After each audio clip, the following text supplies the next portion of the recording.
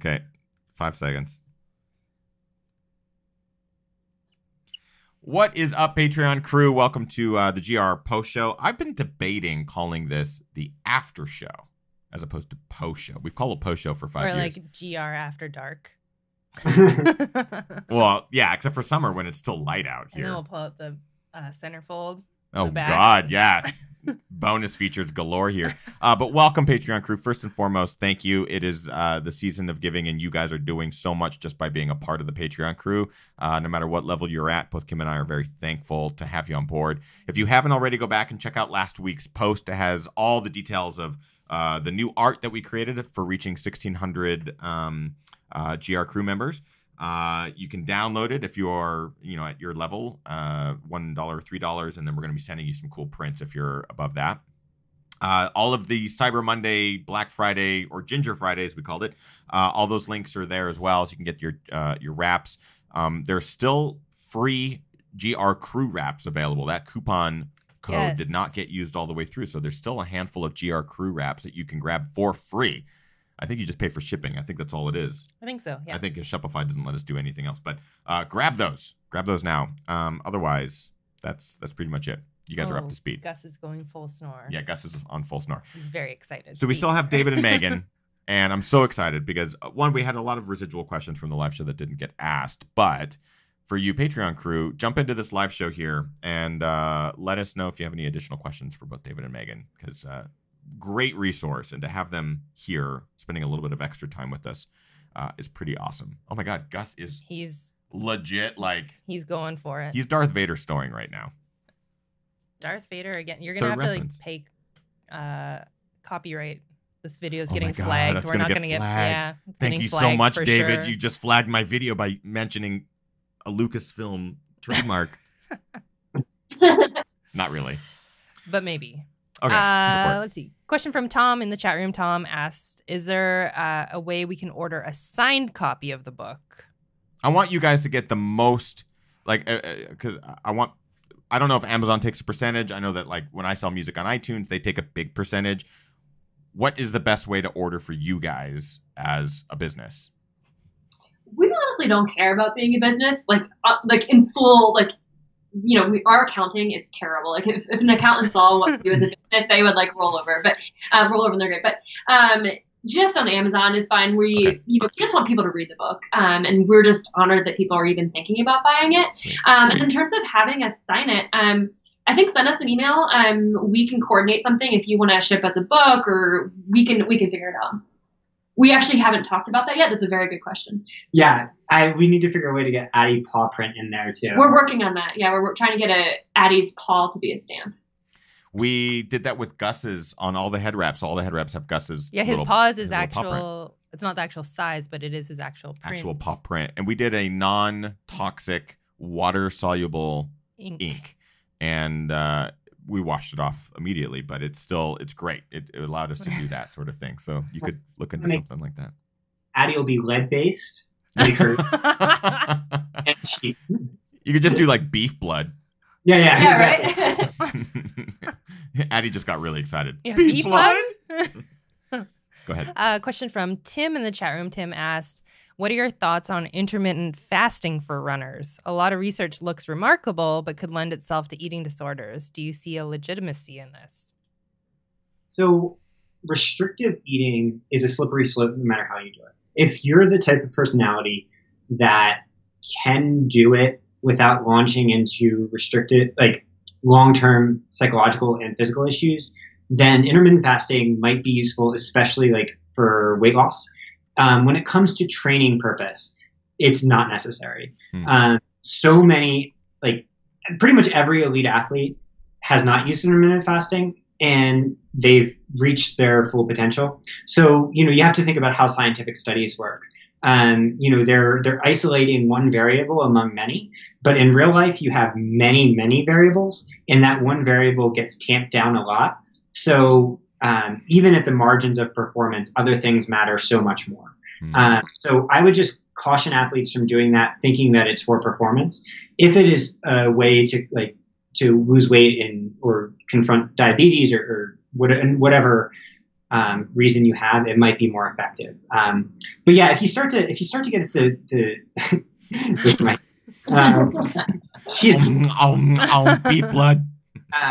If you try to get at the margins of performance through nutritional interventions, you're really starting to play with fire, not just psychologically but physically, because of how the body works with negative energy availability. So yeah, I would say it's great to do if you research a ton, have a great reason for doing it, and have a very strong psychological base coming into it.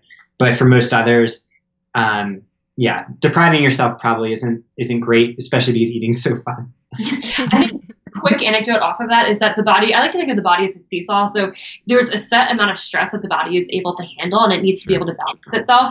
And so I had an athlete who was trying intermittent fasting, and it wound up messing with his sleep to the point where he's so exhausted and so tired that when you're not sleeping well, it messes with your leptin and ghrelin, and essentially how your body perceives satiety. And so it was making him so hungry to the point where it just was totally negating the effects of intermittent fasting. And so I think it's important to take the whole context of your life and how, what kind of stress you're under while considering these things. And that also goes for things like keto. I think it's easy to think like keto, going super low carb is a miracle cure because it works for Jeff Browning. But if there's one thing we've seen from coaching really top athletes is that the really top people could probably do a number of different things and have similar results. Jason Schlar, who I mentioned on the show being a great example, who, had done keto style stuff before, had actually had pretty poor for him results on it, but though he did have some great ones, went back to a more balanced diet, had great results again. It's like, right. There's a lot of different ways to get at that same result. I mean, we've seen people do everything and reach great places. So I would say whatever is best for your happiness is best for your running when it comes to food. Again, that's a whole other show. I feel like we could definitely fall down the food rabbit hole of what works for people. The whole conversation right there, just expanding on it. Go ahead. Sorry. Kim Wrinkle on the lip, so I'm trying to What'd you cut it on? Well, I had. You're rubbing it on the microphone. No, I just was chewing on my own lip. I hid razor blades in your microphone. Oh, you did. I did. Kim Wrinkle in the chat room has a question for Addie Dog. Oh, yeah. Kim wants to know, Addie, do you get along with cats?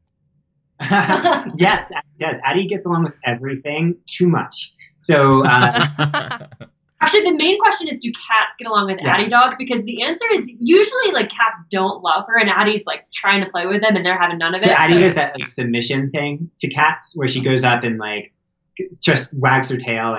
But to give you an idea of Addie, so the editor of Trail Runner magazine came, and I met her for the first time. She's amazing. We went on a little jog together. We're a mile from the house in Boulder. A bear crosses our path 20 yards. God. Addie was off leash, unfortunately, and just goes after the bear with her tail wagging, thinking, "Oh, that will be my friend." Yeah, big friend. I'm like, "Oh my God, that's going to be the end of Addie. What a sad way to end this story." So I go sprinting down the hill after her, and then 5 seconds later, just roar. And that's the editor of Trail Running magazine. Yeah, exactly. and then Addie came snarfing back up the hill. Oh yeah. Fortunately, cats just scratched. But since she's tried to befriend a rattlesnake, a coyote, she's been there's lots of wildlife in Boulder. It's new for her. Did the bear get scared off? I'm assuming that you guys didn't have too much issue. Yeah, I don't know. It's just the bear just resides here probably, so went back eating honey or whatever. Picnic basket. The wrong bear. I know, it's Yogi. I know they're talking about Pooh Bear. It's fine. But Pooh Bear doesn't say much. And that's the end of the show. That's the end of the show, is my terrible Pooh Bear impression. Honey. That's not it. Nope. No. Oh, bother. That's Eeyore. Moving on. Mm-hmm. Oh my God. I don't think we need to have an impression segment. No. Or do we? No, 9% beer tends to change Bring out the bear and you got it. Deb in the chat room asked, what has been your highest point as a coach? Ooh. I mean, it's boring, but the highest points are usually not races. It's when someone has a breakthrough about how they conceive of themselves a little bit in the context of their lives, where they fully you tell someone that they're awesome or all these other things that sound so cliche and boring and simplistic. And then they finally, like a year and a half later, like, I am awesome. And this is why. And like that happens. And it's like, oh, well, that's why we do this. So that answer is really boring. But it's like it's the coolest thing ever to see someone change how they think about themselves, because the races and stuff come and go. And then, I mean, in terms of races, there's too many to count. Yeah, I was gonna say I have so many experiences, but one like specific experience that comes to mind is Brian Sands. So Brian Sands is an incredible, I hope he's on right now. He's an incredible supporter, or if not, he's probably listening tomorrow, but he's an incredible supporter of the running community. And to see him go out and become an ultra runner and fall in love with the trails for me was so meaningful. Just because he's given so much of himself, and to see him be able to take something back from the community too was really rewarding. Yeah, we have. He's just been such an incredible supporter of us and this journey. And this, what's so funny is we look at him as inspiration, and he's like, "You guys are my inspiration." And I'm like, "No, you have no idea how much because you came to this thinking that you'd never be able to run a marathon. You lost weight in the process, and you set goals for yourself, and you accomplished the goals. We see that a lot, and it's a pretty amazing thing to see that. And just to toot your guys' horns, it's a great thing to see that after every weekend you tend to do sort of an update post of in the swap group of just, hey, here's all these really amazing things that happened this last weekend with our athletes. And you're thinking, oh, it's going to be 3 people that finished first or second place in these races. And then you scroll through and it's like 20, 30 people who've just crushed their races or whatever the event is that they're participating in. It is the coolest thing. It's like every Monday you show up, you read this post and go, hot damn, there's 20 people that just inspired me for the next 7 days. I can't wait to read what's up next Monday. It's a really cool thing. So keep doing that. I mean, I think with that, and it gets back to inherent contradiction in being like the business side of coaching versus what we actually think about coaching, is that on our website, we have to list the professional runners and things like that, just because that's where, Megan's medical degree, my science degree, and that is kind of what gives us the authority. But like, we don't really care. I mean, we care about people being content and fulfilled within their lives. So like in those race posts, I mean, I think what our goal is for it to be hard to differentiate like who's doing what. Like, I mean, some of those people are finishing last place in their races or whatever, but to us, that's freaking amazing. Yeah. And like that deserves all caps and exclamation points and Addy snarks too. I think real quick too, for us, our coaching is way more amazing than our own personal running. And I think it's kind of redefined our definition of how we view ourselves as runners. And I think that can be something that's really valuable for everyone. And so we encourage other athletes. It's like, coach your friends, coach your parents, coach, people you love, or just even like, start a coaching business and see what happens. And it's one of those things that you can learn as you go. And it can totally, it can totally make your day. It can redefine your relationship with running. And those are important things. I would agree with the angle of how Ginger Runners changed, because it was a lot of me documenting my accomplishments in hopes that 10 years from now I look back and go, I believe that I was able to do these things. It was kind of self-motivated to prove to myself, look what you can do, or look what you were able to do at one point in time. And it has shifted so far from that, and it is so much more about, holy crap, there is a community of people who inspire me far more than I inspired myself, and it's such a wonderful thing. So this is, I think, David, Megan, Kim, and myself also talking to you who are watching live, of just thanking you guys for being a part of these communities, both the swap community, which is David and Megan's, and this GR community. It's a pretty cool thing to have this reciprocal inspiration, the cyclical, reciprocal. Yeah, one of those two things. But it's nice to have that sort of back and forth. It's helped us and changed us immensely, as David and Megan just said. Let's get to one more live question while we got them, and then we'll let them go play with Addy Dog and Beef Blood. That's that 9% speaking. Yeah, it's almost worn out. It's Sorry, let me find it. Let me find a question. You really did have. I mean, I have a ton of questions. Yeah. That's why I'm trying to go through because some of them we've kind of already. And she also copied over a lot of the hate comments. There were so many. No, I was gonna say that the hate comment about Addie being a distraction was probably Gus because he was jealous. Gus has his own account. He doesn't type well because he has like dumb paws, but that was him. Yeah, a question from Randy. This is from the main show. Randy asked, today was my first run since last March. I was doing lots of hiking. Any suggestions on basically starting back all over again to get my body, my legs used to running again?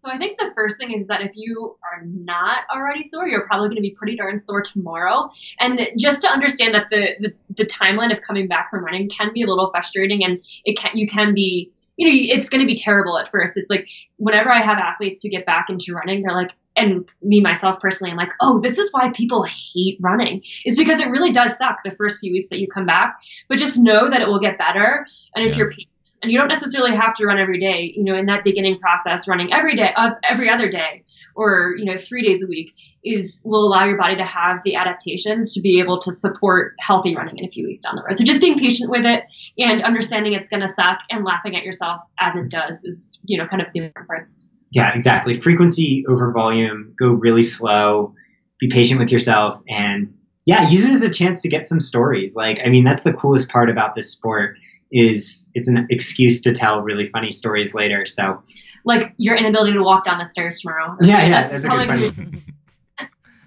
That's awesome.